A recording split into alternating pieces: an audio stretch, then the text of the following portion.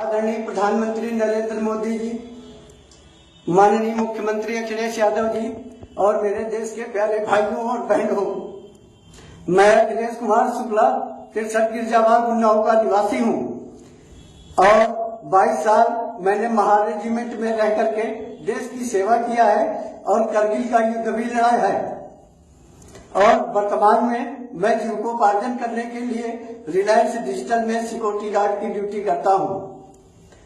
8 नवंबर 2016 रात 9 बजे बिल्डिंग के मालिक सीके त्रिपाठी समाजवादी पार्टी के उपाध्यक्ष हैं, ये आए और दरवाजा खोलने के लिए कहा। मैंने दरवाजा खोल दिया। खोलने के बाद ये गाड़ी से नीचे उतरे और उतरने के बाद कहा कि मुझे सलूट मारो। मैंने सलूट मारने से इनको इनकार कर दिया तो इतने में ये भड़क गए। मैंने कहा मैं देश के सिर्फ तिरंगे को और भारत के राष्ट्रपति द्वारा निर्धारित अफसरों को ही मैं सलूट मार सकता हूं, बाकी मैं किसी को सलूट मारना लागू नहीं हुआ है क्योंकि मैं देश का सैनिक हूं। इतने में जब बहुत भड़क गए तो उन्होंने कहा कि ये बहुत बोलता है, इसको मारो। इतने में उनके लड़के और उनकी सुरक्षा में तैनात सरकारी गार्ड ने मेरे ऊपर हमला बोल दिया और गिरा करके लात घूंसों से मारने लगे। फिर पीछे से सीके त्रिपाठी और उनके ड्राइवर ने मेरे ऊपर लाठी और डंडे बरसाने लगे जिससे मुझे काफी चोटें आई। उसके बाद समाजवादी पार्टी के उपाध्यक्ष सीके त्रिपाठी ने सिविल लाइंस चौकी इंचार्ज को फोन किया।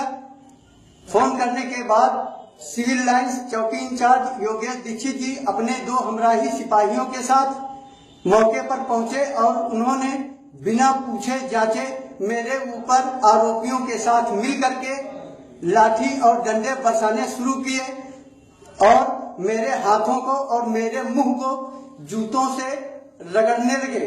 तो मैंने पूछा, सर मुझे क्यों मार रहे हो, मैं भी देश का पूर्व सैनिक हूँ। तो बोला होगा सैनिक होगा, तेरे को अभी तेरी सैनिक गिरी मैं निकाले देता हूँ। और मेरे साथ मेरे मुंह में भी जूते रगड़े और रगड़ने के बाद वहां पर करीब सैकड़ों लोग इकट्ठा हो गए। सैकड़ों लोगों ने जब मेरे साथ इतनी बड़ी बर्बरता देखी तो इसका विरोध किया। विरोध देख जो सिविल लाइन चौकी इंचार्ज योगेश दीक्षित के साथ 2 हमरा सिपाही थे, उन्होंने मुझे जबरदस्ती गाड़ी में बैठाया और उन्नाव कोतवाली ले गए। वहां पर मेरे खिलाफ इन्होंने जो है FIR दर्ज करवा करके मेरे ही खिलाफ मुकदमा कर दिया।